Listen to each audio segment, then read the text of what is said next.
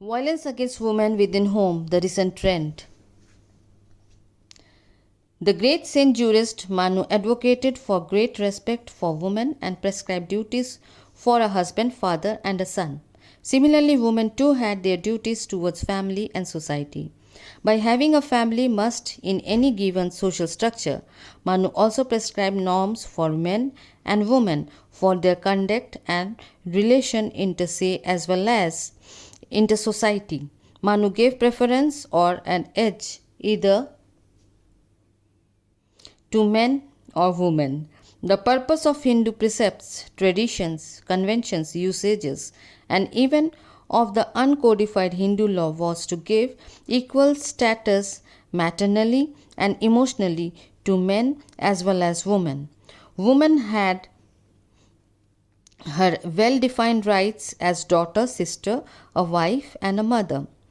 Although the woman had a free but not an independent life, an unrestricted but not wayward movement, a respect but not a self opinionated personality.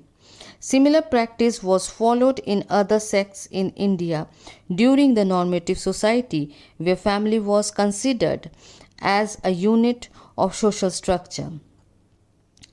These gave rise to feminist analysis that began with the promise that objective really is a myth. It recognizes that patriarchal myths are projections of male physique. Feminism concentrates on real issues of life, dominations, disadvantage, and disempowerment in family and also in the society, but still she is subject to violence in the form of child marriage, femicide, rape and molesting, human trafficking, domestic abuse, intimate partner violence, acid attack. The World Health Organization and the United Nations are making constant efforts to change this rising tide of violence against women in the form of spreading knowledge on the laws against such violence. India, being one of the developing countries of the world, has tried its best to combat this human rights violation. Indian laws that help curb the instances of violence against women are Dowry Prohibition Act 1961, the Indecent Representation of Women Prohibition Act 1986, the Commission of Sati Prevention Act 1988, Protection of Women from Domestic Violence Act 2005, the Sexual Harassment of Women at Workplace Prevention Prohibition and Redress Act 2013. Indian legislation like the National Commission of Women Act 1990 in its object and reason recognized this position of Indian women by saying such is the domination of the patriarchy that women themselves have assimilated these unjust norms and blindly practice. As such, these norms have become perpetual. Women forgot about their self and sometimes subconsciously promote and perpetuate these patriarchal norms over other women. Generally, home and family are the most significant stations of life where human beings experience most of their happy moments. Even here, the same unjust dominance, exploitation, false projection of outside world is committed in family environment. Women perform a lot of unpaid labor in their home just to get value from their family members. Fulfilling the constitutional direction, the state violence against women both in their home and outside has been a central theme for the women's movement all over the world. For speedy matriarchal dispute settlement, family courts have been established. To monitor the status of women and laws pertaining to them, a special commission for women has been established. Also, with the evolution of progressive and western influence within the society, living relation is very common within the Indian societies, where partners coexist as couple without getting legally married amongst them. The current brutalities and heinous crime committed against women can be witnessed in recent brutal murder case of Shraddha. Aftab is accused of killing Shraddha, his living partner, and dismembering her body into 35 pieces. He is accused of keeping the body parts in a 300-liter refrigerator and disposing of them in the bush over the course of 18 days after the murder. It is evident from the fact that women are treated as an object and various atrocities are subjected to them by the male dominated patriarch mentality.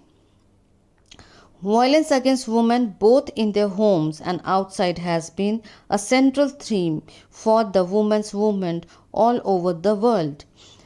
Within the span of 75 years of independence, India has taken plenty of measures to curb violence against women. Still, it is shocking to look into the number of cases of crime against women registered in 2021, which indicates that most of the cases involve domestic abuse.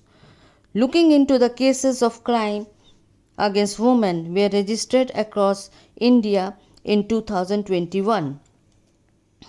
According to the National Crime Reports Bureau report, a total of 4,28,278 cases of crimes against women were registered across India in 2021, marking an increase of 15.3% from 2020. Majority of the cases under crime against women were registered under cruelty by husband or his relatives, 31.8%, followed by assault on woman with intent to outrage her modesty, that is of 20.8%, kidnapping and abduction of women 17.6%, and rape 7.4%. Statistically, it is safer to be on streets after dark with a stranger than at home in the bosom of one's family, for it is there that accident, murder, and violence are likely to occur. Violence against women is directly linked to unequal position of women in a patriarchal society. The first categories of violence focused on rape and murder of young brides for dowry. In 2005 to 2006, National Family Health Survey found that of the 80,000 women interviewed, 93% stated that they had been sexually abused by their current or former husbands. 10 years later, 2015-16, again the survey took place showed no improvement, as the data estimated that 99.1% of sexual assault cases go unreported, and that the average Indian woman is 17 times more likely to face sexual violence from husband than from others.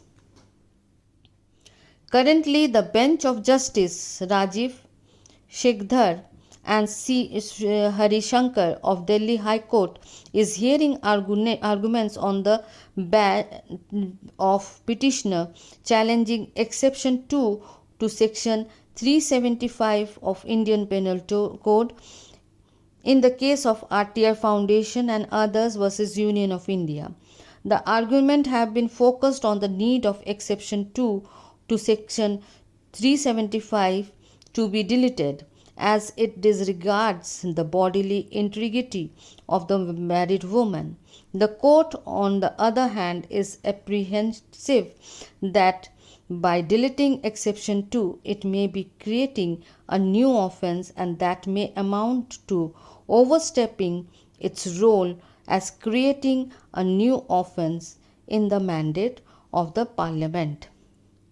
Thank you.